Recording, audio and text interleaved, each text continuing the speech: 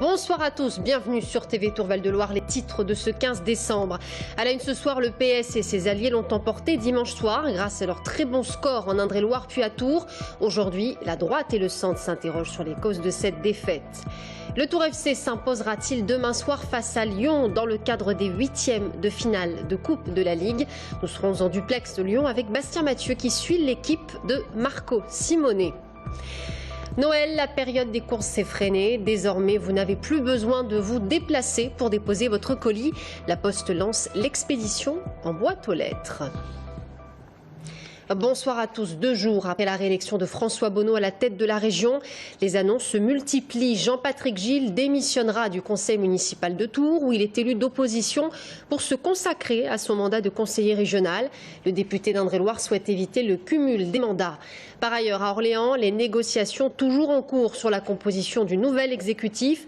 Marc Grécourt est en lice pour obtenir la première vice-présidence. Quant aux Verts, une chose est sûre, ils auront 3 vice-présidences. Les négociations portent désormais sur les délégations.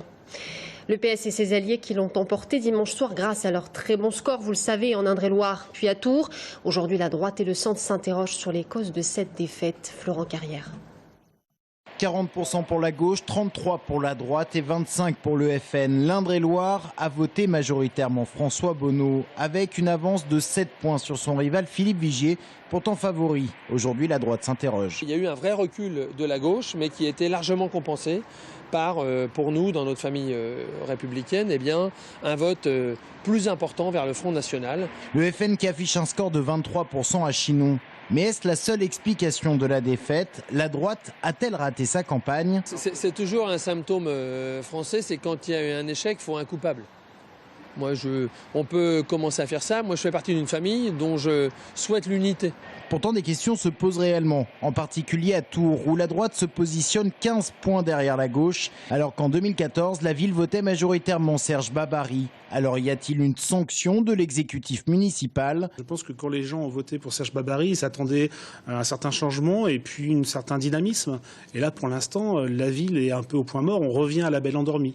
Je crois que ça ne motive pas l'électorat à aller voter pour un premier adjoint qui se met à dos les associations, par exemple. Faux, répond Christophe Boucher, adjoint au maire de Tours. La gauche est arrivée en tête dans nombre de villes de la région.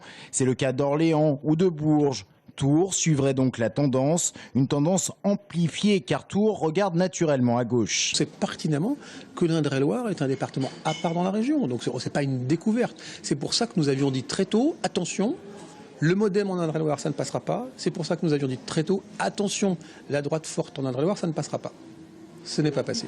Guillaume Pelletier, le MoDem ciblé comme des responsables de la démobilisation des électeurs de droite. Est-ce la seule raison?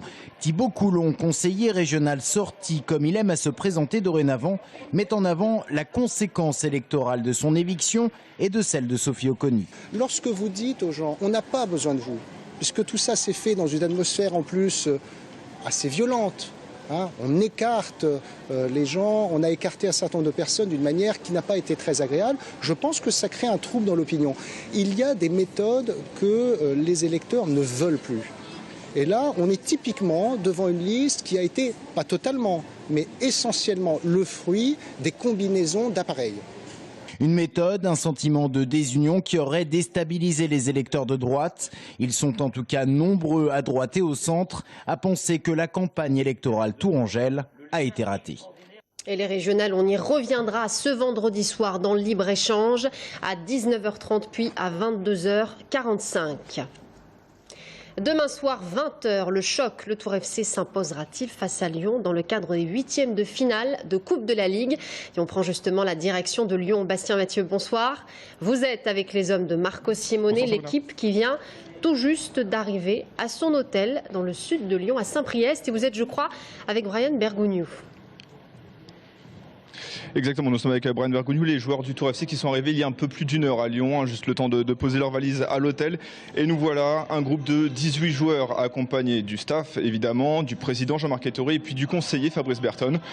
Programme léger ce soir avec un repas à 19h30 et puis demain, programme également assez tranquille avec un réveil à 8h15, matinée avec le quartier libre et puis on aura le droit à une promenade, un repas, une sieste, une dernière séance vidéo avant un départ vers le stade aux alentours de 18h. Le coup d'envoi du match sera lui donné à 20h. Nous sommes donc avec Brian Bergounou, capitaine. Bonsoir Brian. Un match particulier pour lui parce que tout simplement il a été formé à l'Olympique Lyonnais. Il y a joué et puis il y a été champion de France. Brian, quel sentiment là pour vous juste avant, à la veille de ce match? Beaucoup de joie, beaucoup de plaisir de revenir dans ce stade où j'ai commencé ma carrière. Donc voilà, et très impatient d'être sur la pelouse de demain soir pour vivre un grand match. Avec en face une très grosse équipe qui est un peu dans le doute en ce moment. Comment vous voyez ce match contre une équipe de Ligue 1 Non, on sait que ce sera, quoi qu'il arrive, un match difficile pour nous parce qu'on sait qu'on n'est pas le Paris Saint-Germain. Voilà, mais je crois qu'on a quand même des arguments pour leur poser des problèmes et on va essayer de jouer la carte à fond. Donc voilà, on espère repartir avec une qualification en tout cas. C'est quoi votre objectif? Victoire dès le début avec pas de prolongation, c'est ça Ouais, c'est ça, 5-0. 5-0 contre Lyon, voilà. Pronostic 5-0 pour le Tour FC. Voilà, plus sérieusement, ça sera un match compliqué, mais le Tour FC en est capable. Coup d'envoi donc demain à 20h. Merci Bastien Mathieu en duplex de Lyon, merci beaucoup. Noël, période festive certes, mais fatigante quand il s'agit d'honorer la longue liste de cadeaux. Eh bien, vous n'avez plus besoin de vous déplacer pour déposer votre colis. La Poste lance l'expédition en boîte aux lettres. Comme son nom l'indique, c'est le facteur qui vient chercher votre colis chez vous. Les explications d'Amanda Breuer-Rivera. Cécile Ripoda, c'est une pionnière. Depuis son salon, elle prépare l'envoi d'un colis grâce à un nouveau service de la Poste. Quand j'ai vu justement ils inscrivent livraison boîte aux lettres, j'ai regardé et je me suis dit tiens, pourquoi pas. Connectée au site internet du groupe, elle a franchi seule son colis. Selon la nature de l'objet, le service lui propose un point standard ainsi qu'un rabais de 5%. Il ne lui reste plus qu'à imprimer son bordereau avant d'emballer son paquet. Depuis le mois de juin, elle envoie 1 à 2 colis par mois par le biais de sa boîte aux lettres. J'ai essayé et voilà, ça a marché. Maintenant, je recommence plus souvent parce que ça évite de me déplacer. Avant, elle devait prendre sa voiture. Maintenant, son paquet est collecté sans surcoût lors de la tournée quotidienne du facteur. Celui-ci est prévenu de la présence du colis grâce à une application. Là, je suis en train de flasher un colis que la cliente a déposé dans sa boîte aux lettres. Donc, je regarde bien que le colis corresponde au bordereau que moi j'ai au départ de la PPDC. Et donc, j'ai vérifié que le colis correspondait au numéro. Ensuite, je marque sur l'avis de prise en charge que j'ai bien récupéré le colis de la cliente. Je lui mets dans sa boîte aux lettres. Et comme ça, elle est informée que j'ai pris son colis. Depuis son lancement, ce mode d'envoi est en forte et constante progression. Et même si cela reste encore marginal, le groupe est optimiste pour l'avenir de ces colis expédiés en boîte aux lettres. Les objectifs, c'est simple, c'est toujours mieux répondre aux besoins des clients. Donc on attend que ce service se développe toujours plus. Nous sommes prêts à cela. C'est aussi l'avenir que de penser à d'autres services connectés, comme par exemple, pourquoi pas, l'expédition depuis chez soi de la lettre recommandée.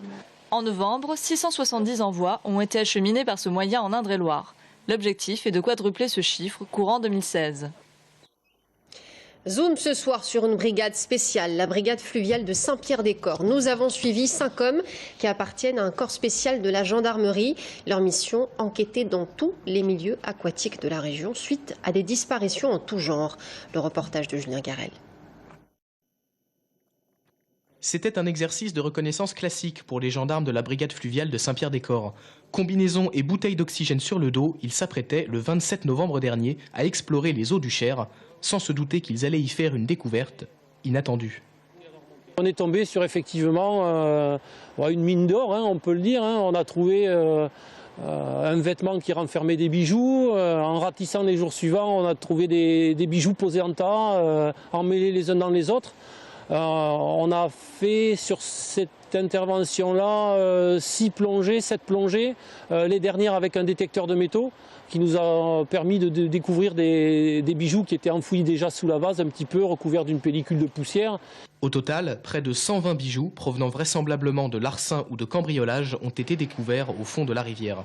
Une enquête a été ouverte pour tenter d'identifier les voleurs et les victimes. En termes de quantité, cette prise est rarissime. Mais retrouver des objets de valeur sous les flots n'a rien de surprenant. Les rivières et points d'eau semblent être les zones idéales pour se débarrasser d'objets compromettants. C'est justement là qu'intervient la brigade fluviale. Ces gendarmes spécialisés sont entraînés à réaliser recherches et prélèvements dans tous les milieux aquatiques, des fleuves aux piscines en passant par les puits ou les fosses septiques. Alors on intervient au profit des unités territorial, et aussi également au profit des magistrats dans le cadre de commissions rogatoires. Donc ça peut concerner des recherches d'armes, de bijoux, de coffres, de personnes. 5 gendarmes plongeurs composent la brigade de Saint-Pierre-des-Corps. Ils sont susceptibles d'être déployés à tout moment dans la région, dont les eaux cachent encore certainement de nombreux trésors. Les années passent et le succès grandit. Hier soir, la cérémonie Top des entreprises Nouvelle République, en partenariat avec TV Tour Val-de-Loire, a récompensé 12 entrepreneurs tourangeaux. Une cérémonie animée par notre pétillante Émilie Tardif. Le top des tops, décerné par le public, a été attribué à l'entreprise Bergerot Percussions Contemporaines, une histoire de famille passionnée par la musique qui a vu le jour en 1932. Et cette année, le PDG de BPI France, Banque publique d'investissement, était invité. Nicolas Dufour a insisté sur le fait que la France savait conserver ses talents. Sa mission, a-t-il dit, allait aussi vite que les entrepreneurs. On l'écoute au micro d'André Champigny. Ça fait trop longtemps maintenant que ce qu'on appelle la crise, qui en fait depuis quelques années n'est plus une crise, est juste une transition, a démarré. On était en 2007. Et il y a un appétit de vivre et de liberté qui se traduit par une volonté d'entreprendre, avec aussi un phénomène générationnel qui est lié au fait que beaucoup de gens n'ont plus envie de travailler dans des grandes organisations très processées, très militaires finalement, et peu aspirationnelles, en tout cas vu d'elles. Comment elle s'annonce cette année 2017 ? Oh, écoutez, il y a les prévisions de croissance. Moi, je pense que de toute façon, on sera entre 1,5 et 2%. Voilà. Alors, il y a des secteurs qui vont continuer de décroître.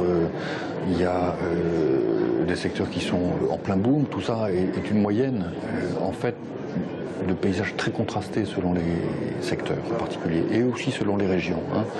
Et donc, c'est comme toujours, le message qu'on peut livrer aux uns et aux autres, c'est aller donc vers les secteurs qui sont dynamiques. C'est pas la peine de s'accrocher dans des secteurs qui sont des secteurs un peu révolus. Le TVB affrontera demain soir Trentino, l'équipe italienne en Ligue des Champions à Tours, salle Grenon. Je vous propose d'écouter le nouveau coach de l'équipe, Vital Heinen, interrogé sur le plateau du débrief TVB. Quand tu fais la décision avec la tête, c'est clair, Lyon est plus important. Quand tu fais la décision avec le cœur, tu as la possibilité de jouer contre la meilleure équipe du monde. Je crois qu'ils ont gagné 3 ou 4 fois le championnat du monde de clubs.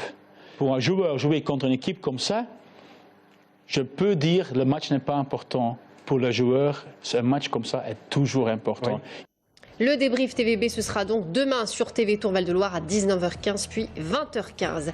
Il s'appelle Benjamin Pionnier. À 38 ans, il succède à Jean-Yves Ossons, qui quitte la direction du Grand Théâtre de Tours après 16 années et terminera la saison comme chef d'orchestre. Invité, Benjamin Pionnier a été conseiller artistique et adjoint au directeur général de l'Opéra de Nice. Voilà, tout de suite, c'est au tour du peuple prône la démocratie participative 2 jours après la réélection de François Bonneau à la tête de la région Centre-Val de Loire. On fait le point avec Claude Bourdin.